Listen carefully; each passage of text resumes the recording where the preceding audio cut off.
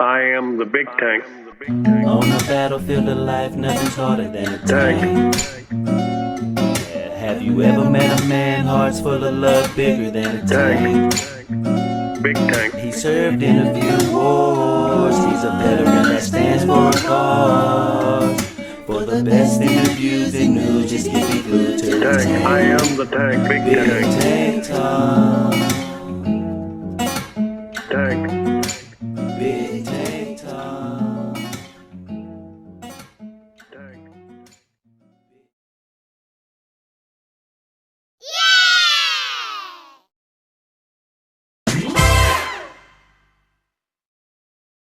Hello, friends, and welcome to another episode of Big Tank Talk. Today we have the absolute pleasure of talking to and learning about DiamondLouOfficial. And if he's available later, perhaps we'll hear from Bluesman as well. Diamond Lou, welcome to Big Tank Talk, brother. Thank you. I appreciate it, Tank. How's your day today? Oh, it's good. I was thinking to start a little different. You are an ultimately talented musician, one of the best I've ever heard. You want to play us a little something to just get this show rolling? Do you mind? Yeah, we could start with a little instrumental walk in here. It's called Bruin's Bane.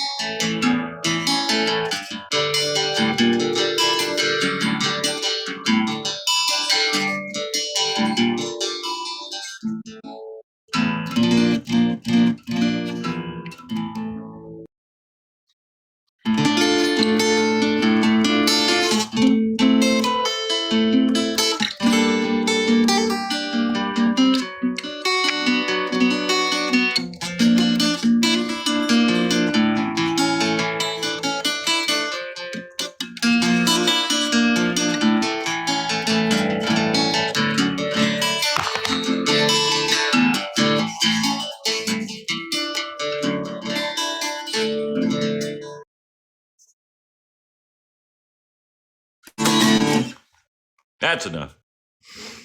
Hang on a second. All right. Knock my other phone being into the floor. How's the sound on that? Could you hear that guitar okay? Yeah, I can hear it well. Now, Lou, we do typically start with the same question. I appreciate the musical opening. Now, tell us a little bit about you and how you came to be on Clapper. Also, welcome in Gangsta Granny and Devil Switch. Yeah. Well, those who don't know me, I guess, I've started playing music when I was 3, picked up my first guitar at 3 years old and been self-taught, taught myself by ear. My entire life, I've never taken a lesson ever, other than piano lessons online and stuff like that, but never a guitar lesson. And I kind of did that. I played in jazz band all through high school, junior high school. Was always kind of that caliber, even though I was self-taught. I taught myself to read chords and read music and got myself into jazz bands and all of that. And through jazz band, I started running sound for the schools districts as a teenager. And that kind of got me interested in the audio side of music, realizing that there's more than just playing an instrument involved into a really good show. And so I went into the military, did a little stint in the military, And then when I got back out of that, I immediately kind of went around, played around the country, toured around the country, you could say, and just kind of got to know the world a little bit. And then found myself a good job at a company in Lubbock, Texas, where I actually started at the ground floor in a wood shop building speaker cabinets and everything. So even though I had a large understanding of sound systems and all that, these guys made me understand everything about sound systems. So I had to learn to build and design and actually manufacture big concert speaker cabinets and enclosures, double 18 enclosures, and massive things. And so we built 14 touring rigs that we had for that company. Anyhow, through them, I ended up with another company that I'd run into in the same area, and they ended up shipping me down to Houston, Texas, where I was installing audio-visual conferencing systems for British Petroleum, where they did audio-visual, kind of like what we're doing right now. But this was back in the mid to late 90s, before any of this kind of stuff was available. So we were actually doing this for big companies with great big giant video screens the size of a wall. And they could talk to each other back and forth on the other side of the world, and they could, pass notes, and one guy could write something on a computer screen and it would show up in London on their computer screen, things like that. That company kind of started going downhill. Let's just say they went downhill, and I got lucky and I got myself back into a big show company, which was LD Systems in Houston. And they were a massive company. And so they were the third largest sound company in the United States. And I started working with them, started touring with people like ZZ Top and working with Three Doors Down, and a lot of big names, big stars, doing Houston rodeo every year, stuff like that. I mean, so it was a great job. And through that job, of course, I'm still playing music this entire time. Through all of this, I'm playing music. And eventually I was on a job and I was working a tower we had a 45-foot scaffold tower on either side of the stage, and a big storm came through. And when that storm came through, it had 80-mile-an-hour winds on it, and it blew that tower over. And I was at the very top of it trying to get the banners off of it when it came over. And so I fell 45 feet with that tower and broke my back in 6 places. Was told I'd never walk again. Walked out of the hospital in 2 days, healed myself, never had a surgery, didn't use any pain medications, refused everything they tried to do. After the first 2 days I was in there on morphine, couldn't stand it, hated it the whole time I was there. So anyhow, I've self-healed myself, and immediately I had to retire from doing big production. I couldn't do that anymore. I couldn't carry, I couldn't lift, I couldn't climb. All I could do was sit behind a console, and that wasn't me. I enjoyed the work too much. So I retired from that and just became a full-time musician, joined a band and was with them for over almost 11 years. We opened for like Georgia Satellites and a lot of other big names, toured all over Texas and the Golden Triangle, parts of Louisiana, Alabama, Oklahoma. We played all over the place. And then COVID killed that band. We lost 70 gigs in the first year of COVID. And the second year, we only booked 5. And so there was no reason to keep it together.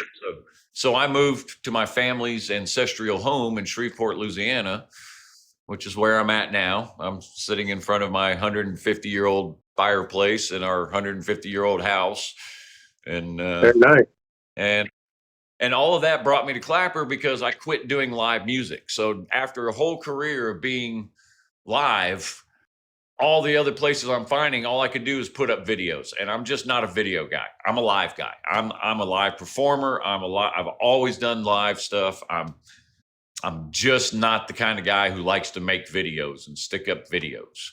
It's just not who I am. Because I feel that. Well, we'll probably get to that later, but yeah, music lives in the live performance. So That's it. That's what brought me to Clappers, because it was the only place, the only platform that I could find that would let me go live on the first day that I opened it. Which is a And big that plus, was, I have to I say. guess, Now, Lou, as you know, 3 years ago. this interview is also interactive, and I've already got questions. Paul wants to know who influenced you to get into playing music? Who influenced me to do what? I'm sorry, you cut out. Who influenced you to get into playing music? You said you picked up your first guitar at 3, but who was your big influence there? It would have been my grandfather, my mom's father.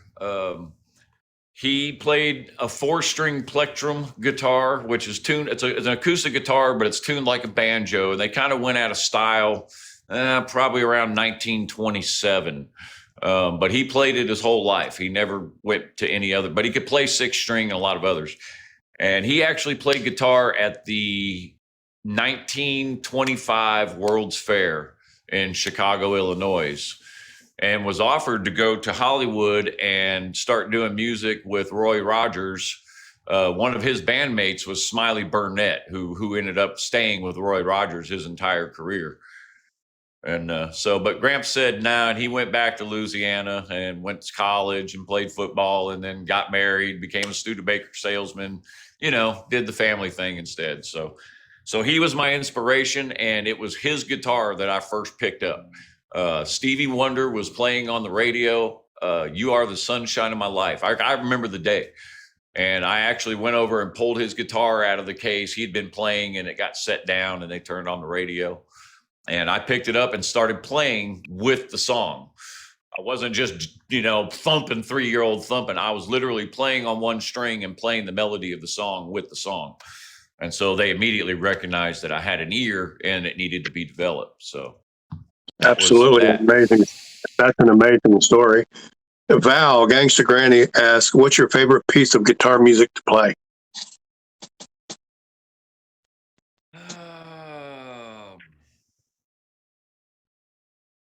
To be honest, there really isn't one. It just they kind of come and go throughout my life. It's changed constantly.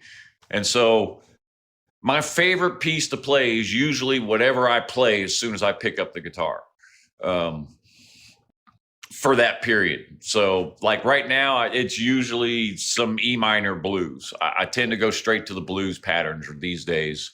I don't know why.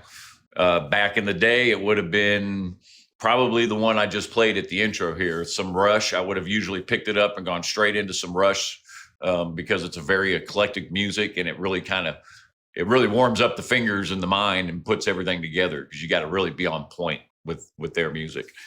So yeah, that's about the best way I can answer that. Okay. Sophie Secrets asks, if you could go back in time, who would you work with that you haven't worked with before?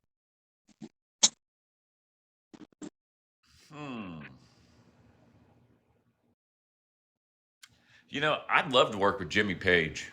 That would probably be my go-to, would be Jimmy Page. And the main reason being is he wasn't just a great musician and a great writer of music, and he did everything he really wasn't one guy who sat down and said, okay, E follows this transition to here, wrote everything off of music theory.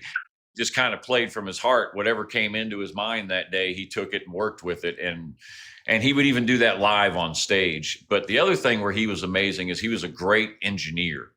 He had a great ear for hearing music and hearing how music should blend together. Very Mozart-like, I think. When he did the remastered versions of Houses of the Holy that he did sometime in the early 2000s, if you go back and listen to the 2 albums, listen to the original version, listen to the remastered version, you realize what a genius in the studio he really was. Because you hear what he wanted that music to originally sound like, but they just didn't have the capabilities. Right on. So yeah, Jimmy Page, and that's why. Because he's so multifaceted. The guy was an artist. he went to school to be a painter and an artist, and actually graduated as being an artist. Right So on. I very didn't know that. multi-talented. Now, Sharon wants to know, how did you overcome mentally after the accident, not being able to do what you were doing prior?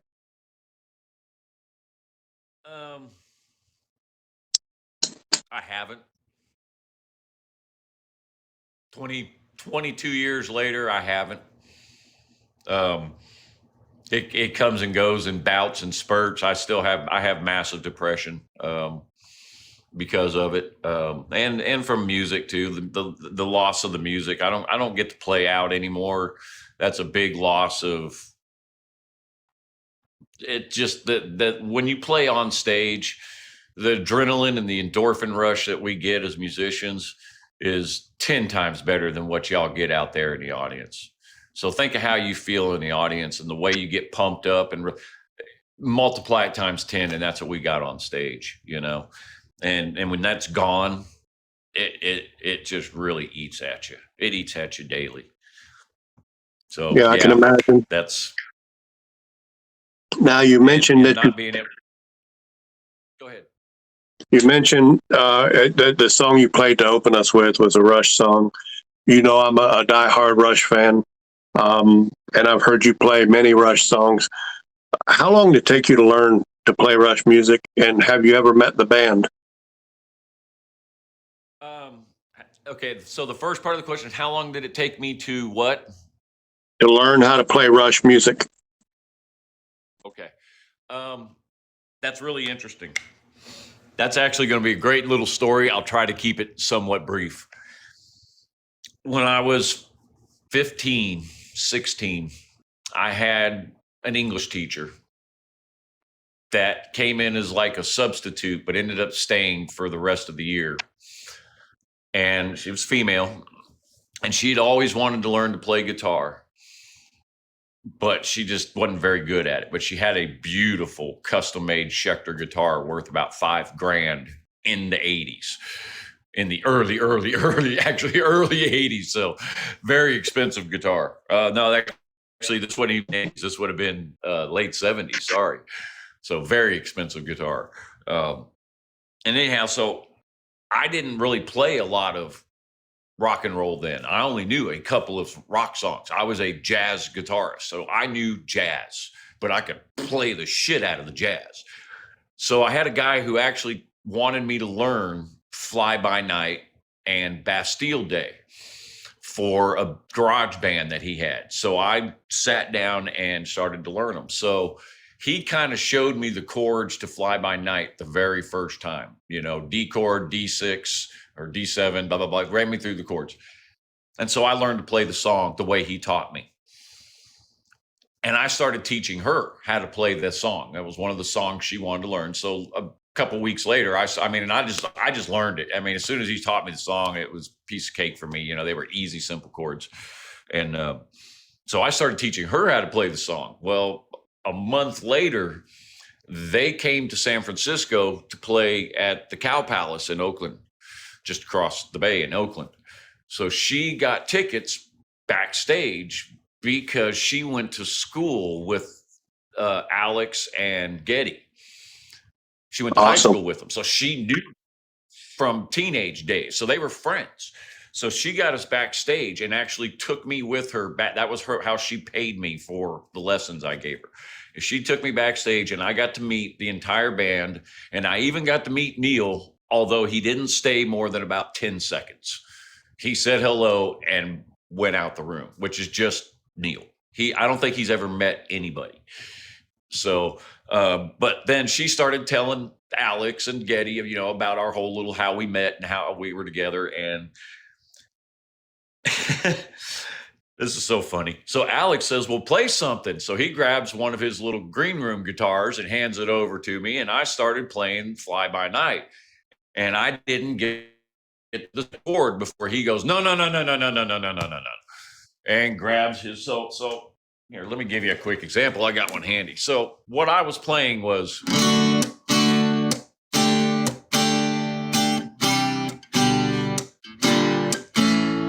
okay, Getty or Alex picks up another guitar and says, no, here's your chords. And I'm like, well, wait, that's not even close to what I was. He goes, exactly. It's an A, and then he starts teaching me these chords. And he says, and it's not the chords, it's the picking. And once I realized that his whole style was involved in learning how to pick top and bottom up. So you learn to do this.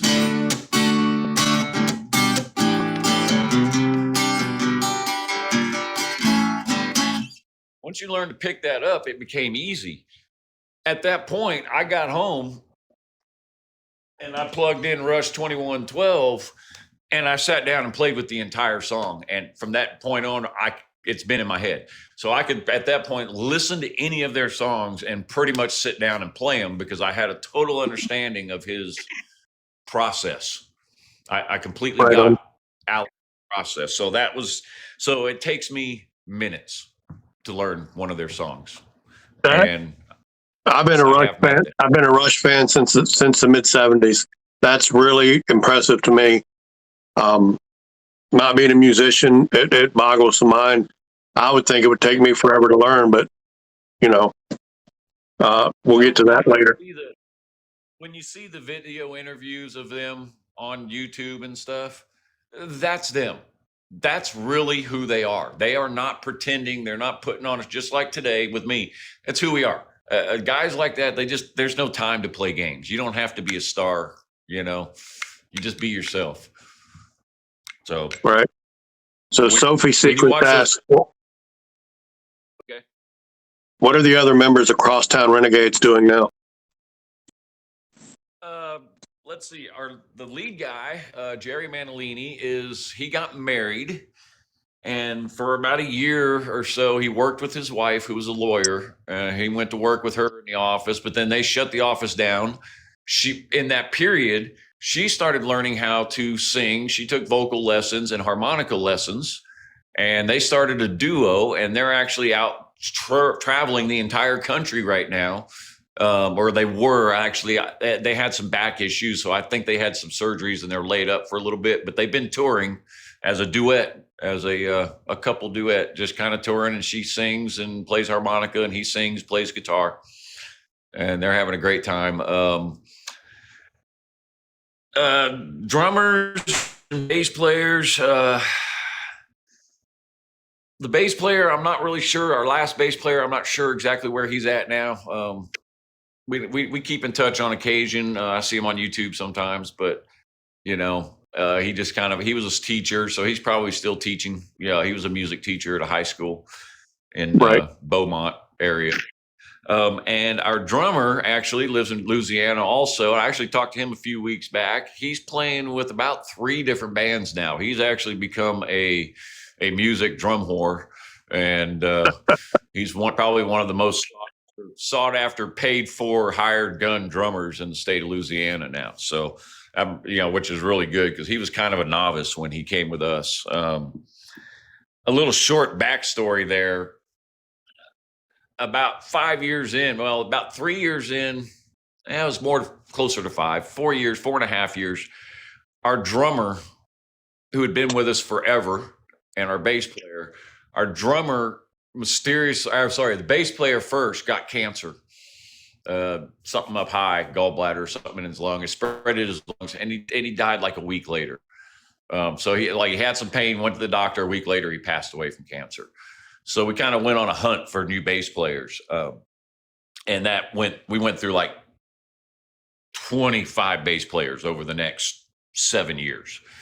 Jay Allen was the last one that stayed with us for the last 2 years, and he was really good. And then the same thing happened with drummers. About a week after our bass player passed, our drummer had a heart attack in the middle of the night, and we lost him. So within a week, we lost our drummer and our bass player, who'd been with the band for over 20 years. And I was actually the new guy in the band. And then all of a sudden I became the old guy in the band. And so we went through, again, multiple drummers. I mean, some really great drummers. You'll see some of the pictures I post on stuff on here and whatnot. You'll notice there'll be different guys sitting behind me on the drums or on bass, guitar and stuff. And all those guys were all top-notch players. top-notch players. Some of them have played with like Poison and White Snake, and I mean, really, Marshall Tucker. One of the guys played with Marshall Tucker in the studio for years. Another one of our guys played with. Actually, one of our guys is, dang it, country western guy, Travis Tritt. Okay. Is that his name? Travis Tritt is a drummer. Yeah, he was his drummer for the last 20 years, I want to say, 22 years. And then he would, whenever he was in town, whoever was on the kit got kicked off, and he'd come sit in with us because he was our number one guy, Right. Anyhow, I know, long answers. This is going to be a 4-hour interview. I have a two-pronged question for you now, Lou. I want to know what your favorite song to perform is, but also I want to know what your most challenging song to perform is. Whew.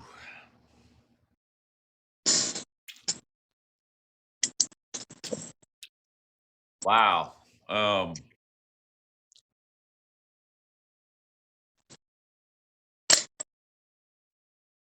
That's a really tough one.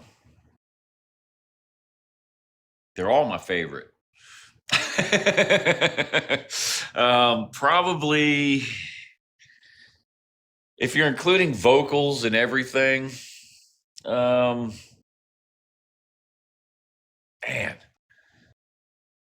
Tank, that's probably one of the hardest questions you could ask a musician. I apologize. I wasn't trying to stump you. Favorite, I have to say it's probably Stormy Monday. Even though it's a pretty simple song, it's not. I mean, there's a lot of emotion going on with that song, so especially vocally. So yeah, I'd probably say it's either that or probably House of the Rising Sun, for the same reason. Right. The way I do it, not what else does, but the one I do is it's a little more. In fact, I'll probably do that later if you'd like, around the end. Okay. Second part, which is the most challenging.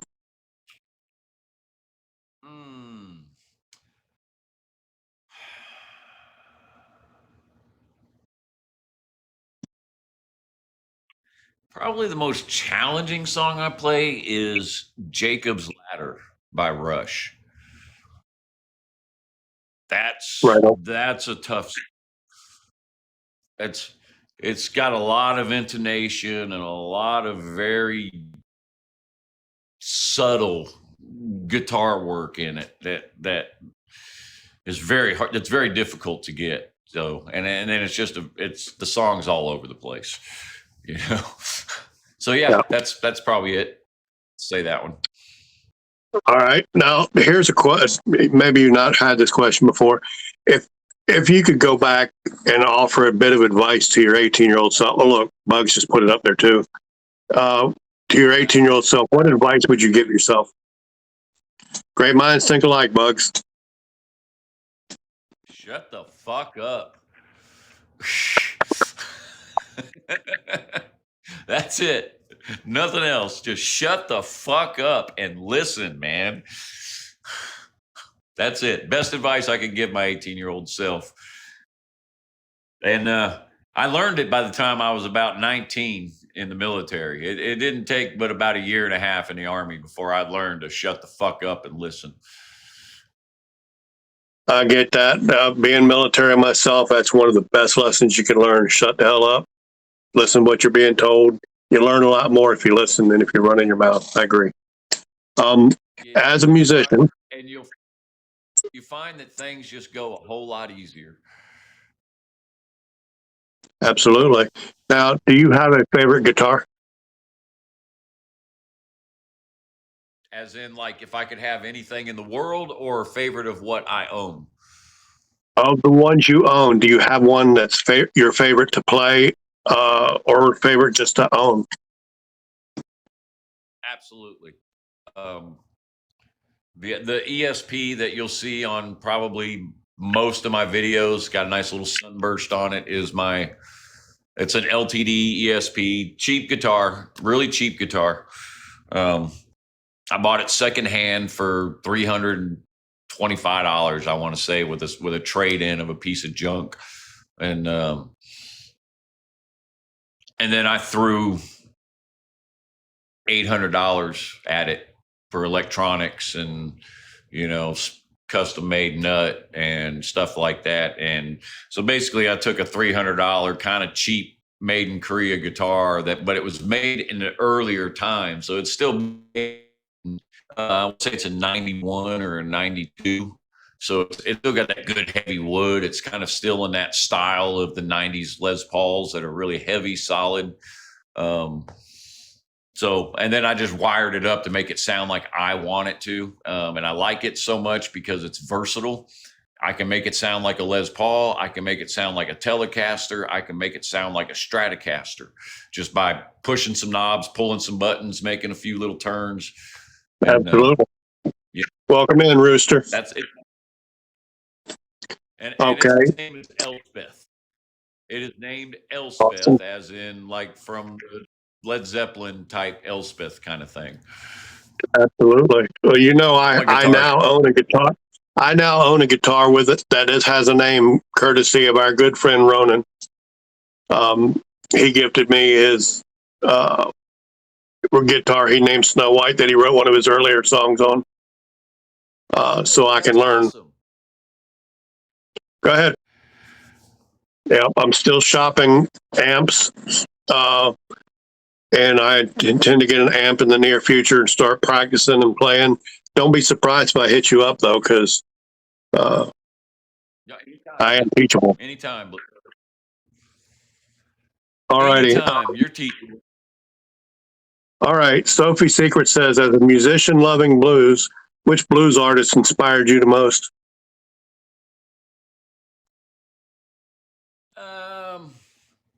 Let me pull that down, and you cut out, but I can see where she's got it written up top here.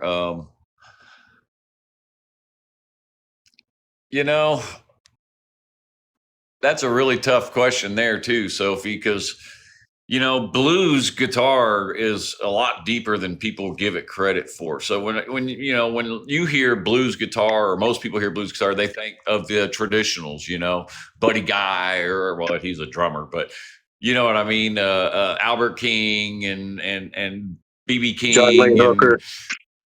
Yeah, or all the old timers, the Lead Bellies and the Blind Dog Fultons and all these guys. And I love all of them. I've got books of their lyrics and of their music and their styles. But when it really comes to just a pure from the heart blues guitarist,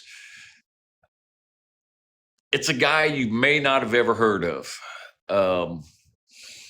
But he's still out there touring and he's still playing.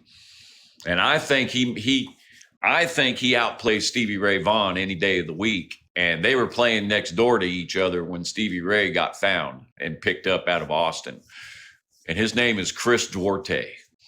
And I think Chris Duarte is probably one of the finest, most expressive blues guitarists I've ever heard in my life.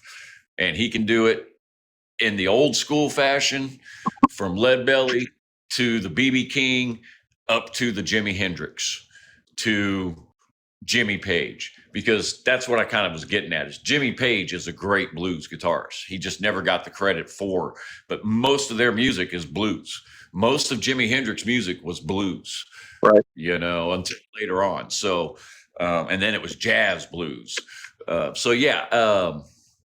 Paul Davids is very good. Absolutely. And there's, like I said, there's thousands of them. Kenny Burrell, even though he was known as a jazz guitarist, was an amazing blues guitarist. And so the list is extremely long and extremely distinguished. But Chris Duarte, if you don't know who he is, check him out. He is still out there doing it today. He's out touring, good Austin, Texas boy, and he plays that old school steamroller Texas blues, and he's a great guy, and he's just a really nice guy. I've worked with him several times in the past, and we still talk on occasion. Just he's a great guy, really amazing blues player. So that's the best way I can answer.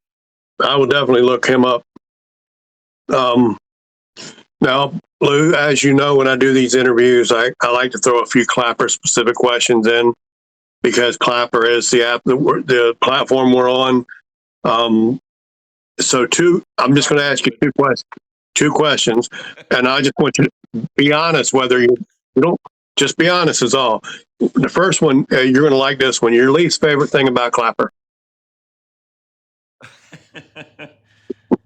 Oh, Probably the glitches. Probably the glitches and the cutting out on the lives. But I mean, that is what it is. And the fact that some of the unfairness, I don't want to get into it in too deep a thing, but the whole blue check and verification stuff is really just doesn't make any damn sense. I don't know. I mean, again, though, a lot of it, because it's so based off of the video presentation, Right. and guys like me, I'm a live guy. I mean, my videos suck. I know my videos suck. It's really hard to present a live show in a video. It just doesn't come over the same. It comes over as mistakes, not somebody doing a live show. So I think they need to kind of, what I'm getting at is it'd be nice if they could figure out a way of including your live stats in that qualification process, is what I'm getting at. In other words, guys, some of us guys just don't have a lot of videos. We don't have a lot of big thousands of watches, thousands of shares, thousands of views, and likes and stuff on our videos. But we go jump into a live, we'll bring in 60, 70, 80 people and keep them there steady for 4 hours. That's the app money too. So I think they need to keep that in mind. And they do if it's gifting, I think. I think that comes into play if there's a lot of gifting involved, because they get the other side of the curtain lives that draw in a ton of money. So, yeah, I understand that. An example, I've been on here now 3 years for sure. I think I'm getting close to 4. I just got my verification last month. Not my blue check. I'm not blue checked. So, and like I put in my little video there, 50 plus years as a musician and a professional in the music industry, finally have I been verified as somebody who's actually an artist by Clap. Yeah. Or by. I got to tell you, Lou, you never needed a Clapper creator verification for me to know that you are a bona fide artist, brother. Well, I appreciate that, but it is what it is. I mean, and again, and I've told many of people, like someone we both know really well, who really fought for her check stuff. So, and like I kept telling her, it's really not that big a deal, Yeah. But it is a PV thing about the app. So next. All right. Advice to new Clapper creators from your perspective. Play the game. Play it well. Yeah, that's good advice. I would even go, I mean, if you have an idea. Go ahead.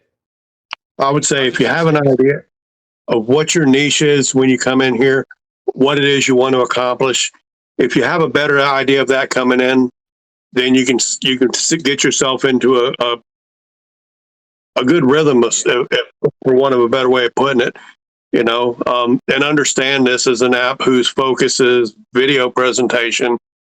So if you have that ability, tap into it. But yeah, and most importantly, though, just be who you are. That goes a lot further towards making friends and getting people to follow you than anything else.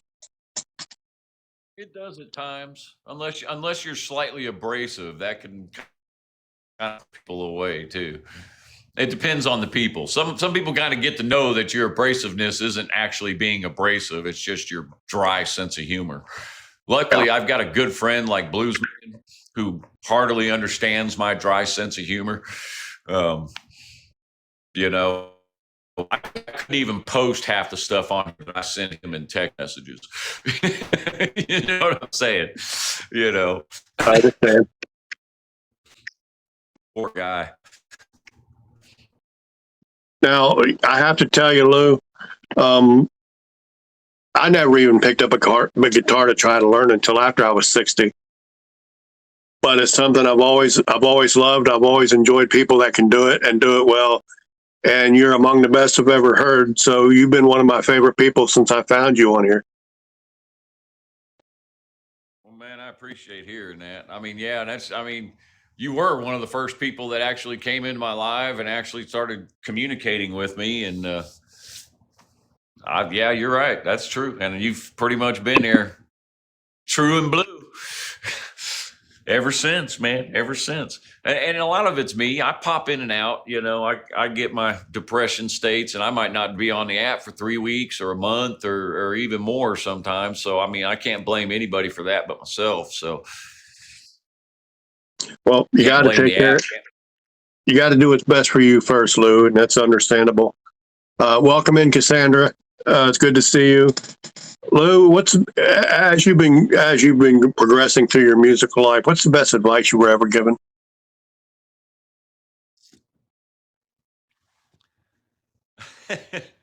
Well, that's one of those repeatable advice things. Shut up and listen. Okay. Paul says, would you consider teaching somebody starting out playing guitar? Yes, I do. I've done several beginning lessons. I have a different way of teaching people from most teachers that I feel is actually a little better because it's for the non-learning, reading type people. You know, somebody who doesn't really have the skill adaptability can learn what they're doing so that when they do start putting stuff together, they're not just playing stuff nonsensically, but they actually have an understanding of what they're doing and why they do it, you know? So, and I'm a strong believer that if you learn that early on, so, I mean, it's fundamentals, but it's not fundamental. It's not typical fundamentals. You know, I don't expect you to sit there and I don't expect new people to learn all the scales or learn all the notes or learn to read all the notes in a music thing or learn to read tab or any of that. I want you to learn to, you know, put this there and let that come up to here. And that's kind of what I meant by that question of learning to shut the fuck up on the last one. You know, as a musician, that's one of the things you learn to do on stage is even in your playing, sometimes you got to shut the fuck up when you're playing, cut back, lay back, play just, you know, play real light, play soft, listen to what everybody else is doing a little bit, and you learn a whole lot more. So kind of the same thing when I'm teaching. I'll keep that in mind. Like I said, I do plan on hitting you up once I get the amp and I can start working on learning to play that guitar that Ronan sent. Anyway, Sophie says, is there any instrument that you don't play but wish you could? Banjo. That's it. Banjo. How hard would that be for you to learn, do you think? Actually, not very. It'd be the picking would probably be the hardest part because I've never been really good at 5-finger or 4-finger picking, more just 2 and 3. But I think I could learn it. The next hardest part would be the chord structure because it's completely different. It's got a different tuning, so you have different chord structure. So it'd be like me starting over from scratch, just like you or anybody else. I'd have to learn the chords, and there's more chords on a banjo. Because of the tuning, there's what we call an inversion. Is let's say you play an A chord open, and then you can play an A chord here, and you can play an A chord up here. So you have 3 different inversions of an A chord on the neck. But on a banjo, or sometimes it's 4, but on a banjo, you have 5. Right. So between open and 12, you can play the same chord 5 different ways. And so in doing that, you can create a melody structure in your chords. And that's how banjos are able to play the melody and the chords at the same time, because they're just changing from that structure, from this one to this one to this one, then to the next chord, inversion, inversion, inversion, inversion. And so it That's cool. sounds like you're playing a whole lot more. That's kind of what my grandfather did on the acoustic. And so I had an understanding of it as a child. So, Lou, let me ask you. One day. Go ahead. I know you opened with a song, and I do try to keep my interviews to an hour because I could definitely go 3 or 4 hours with you if I didn't. So I'd like to ask you again. Would you like to play? Would you play a song for us now before we close out the interview? Yeah, I can do one. 15 minutes. Yeah, that's probably about right. This one runs. It runs somewhere around the 10-minute range. Sometimes a little less. I'll try not to let it get too out of hand. Let me. I wish I had a. Let's see if I can set me up a little better place for my words. Yeah, that works. They don't keep falling off of this chair I'm sitting on. This is kind of a bluesy rendition of an old folk song that everybody knows, but I doubt any of you ever heard it quite like this.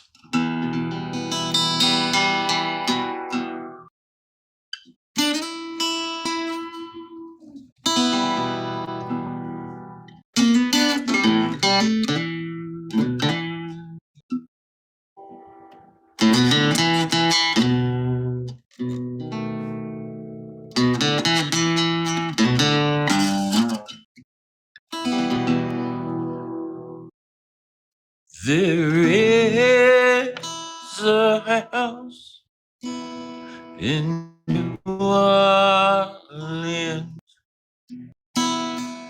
Go the rising sun. It's been the ruin.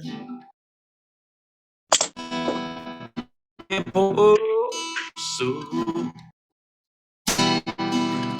Bill guy, I'm what I listen what my mama said. I'd be home today, being so young and push poker. Let a gambler lead me astray.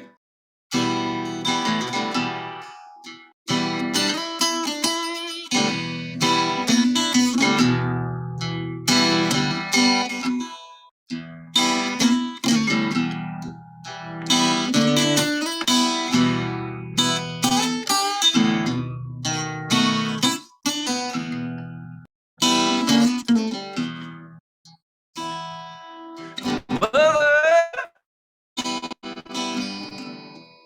she's a tailor, so new blue jeans,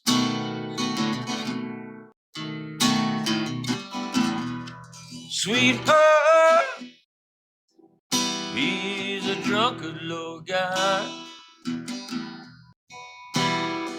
He drinks down in New Orleans. Fills his glasses to the brim.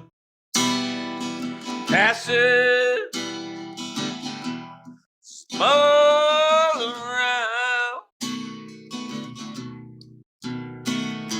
The only pleasure that he gets out of life is hoboing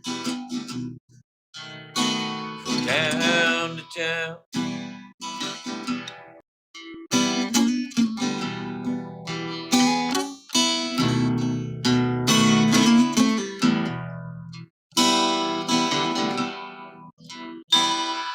The only thing that a drunkard needs is a suitcase and his trunk. The only time that he's half satisfied is when he's on a drug.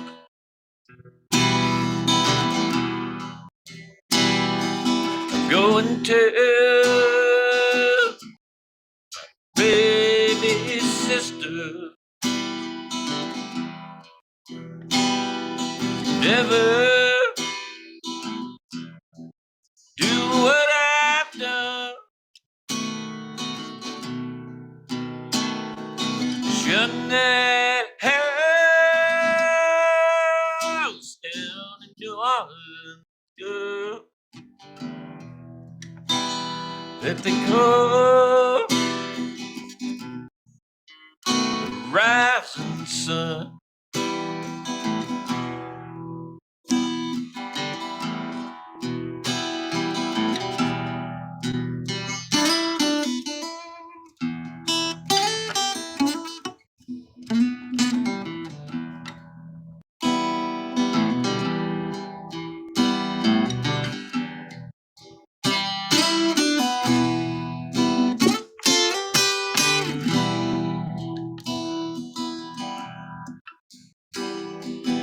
One foot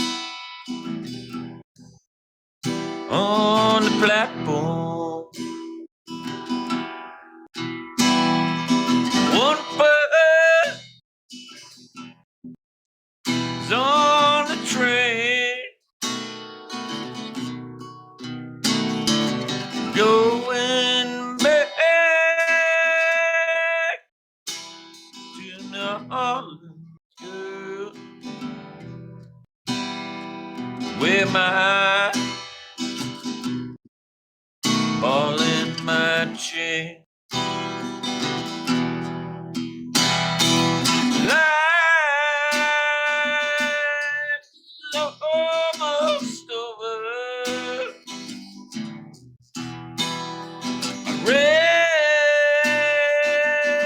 is almost run. Going back down to New Orleans, girl, to the house of the rising sun.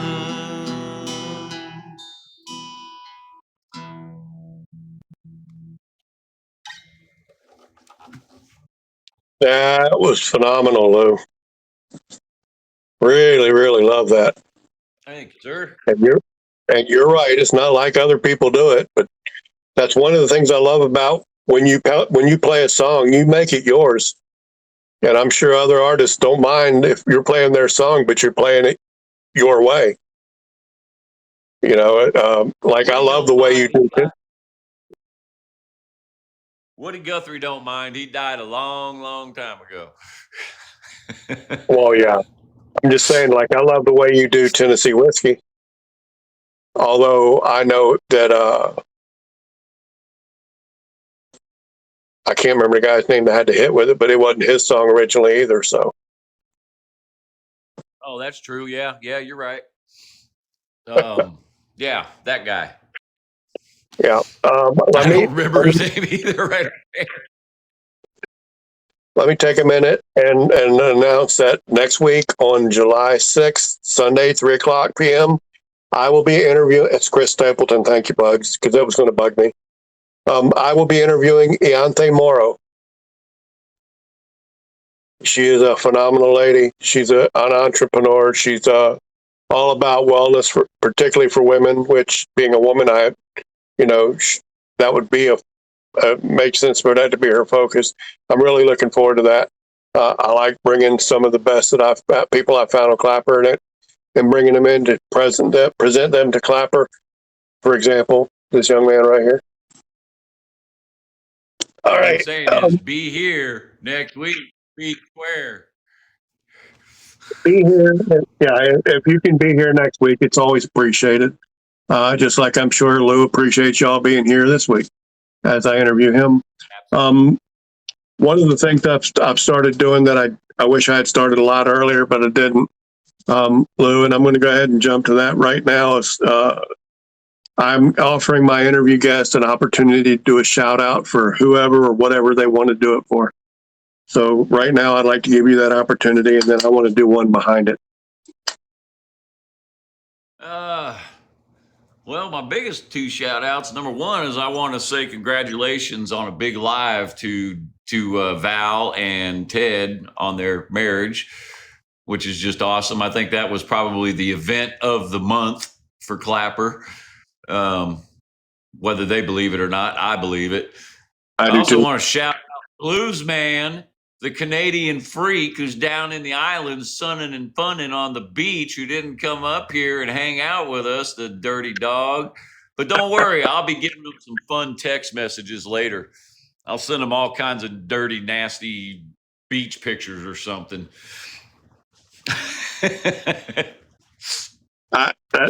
That's awesome. Actually, I do intend to get Blues Man pinned down to another date for an interview, one-on-one with me.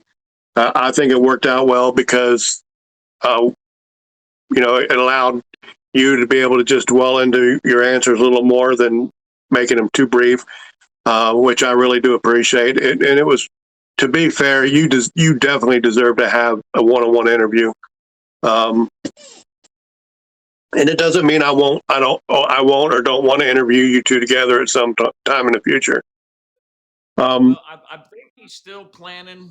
He's still planning on coming down this way because he's retired from the bus driving this year. He's done. He'll never drive bus again. So, other than his music, he'll be able to kind of do something later once his back gets better and they do surgery or whatever on him. I think he's still planning to come down. So maybe we can schedule it to where when he's down here, we could do the interview where we're sitting in the same room. That would be cool. Let me know and we'll see what we can work out. And then I want to, and I've done it more times than once, but I want to shout out Fear the Reaper, my screen recorder, Paul.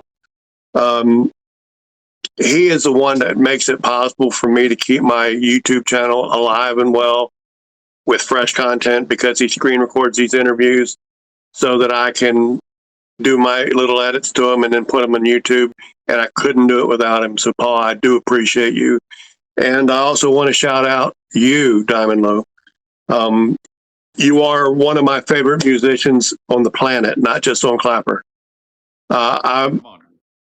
There's been some times where you go live and there's me and maybe one or two other people, and I feel like I'm blessed just to get a personal concert for me. And you play, like today, you played 2112 for me. I'll never forget that. I'd love to be able, I wish I had screen recorded it, to be honest with you, but knowing Rush is my favorite band, and you just launched right into it and you went through. And for you guys that don't know Rush music, 2112 on vinyl was side one of the album, and it was 6 or 7 parts. And he just went right from one to the next. 27 minutes of album time, 5 parts, I think. 5 parts, 27 minutes. Right. So I want to shout you out, Lou. I can't believe I believe you deserve more recognition on Clapper than you get. So anything I can do that'll help to that end, I will certainly do. And I do appreciate, I appreciate you. Real quick, Paul, we would love to have you come in and maybe do some screen records on the lives on the Wednesdays. That would be awesome new feature to do. Something where we can show them back out, because I mean that it really is. That's capturing lightning in a bottle, brother. You know, because the things that happen in those lives are never going to happen again. Right. So, again, Lou, I definitely want to have you guys, have you as a guest again, whether it's another one-on-one or side by side with Bluesman, because you guys your lives are one of my favorites. I'm looking forward to when you guys kick them off again. But certainly enjoy the break. Hopefully it's not going to be too long, and we'll get it going up here again. Hopefully by the end of July. So hopefully in August, maybe the first week of August, we'll kick off the Wednesday nights again and get that going. So, but we both needed a hiatus. He has a lot going on. Bluesman is he's getting very, very popular in his area. He's playing almost every night of the week now. And you can't be mad at him for that. Hell, and he's phenomenally talented too. So you got to love that. I love that for him. Guy who picks up a guitar in his 60s, has never played a little bass and stuff, but never a guitar player, picks up a guitar, learns to play it, learns to sing, and he's outworking me, who's done it my whole life now. I mean, I love it. I think it's amazing, and it's what music is all about. Knowing how late in his life he started actually playing guitar gives me hope. And I'm hoping that I can, my back issues will subside enough to allow me to learn to play. And I just want to learn to play where I can play a song and somebody hear it and go, okay, I know that. That's what that is. I'm not trying to make a bunch of money on it. I don't figure I ever will. But if I could play a song and somebody recognizes it for what it is, that is the accomplishment for me. Hey, look, guys, Deontay Morrow is here. She's my guest next week. Deontay, I just announced that you are my guest next week. We are wrapping up this interview with Diamond Lou. It will be available if you want to see it, guys, on Wednesday at noon on my YouTube channel, and the link for my channel is in my bio.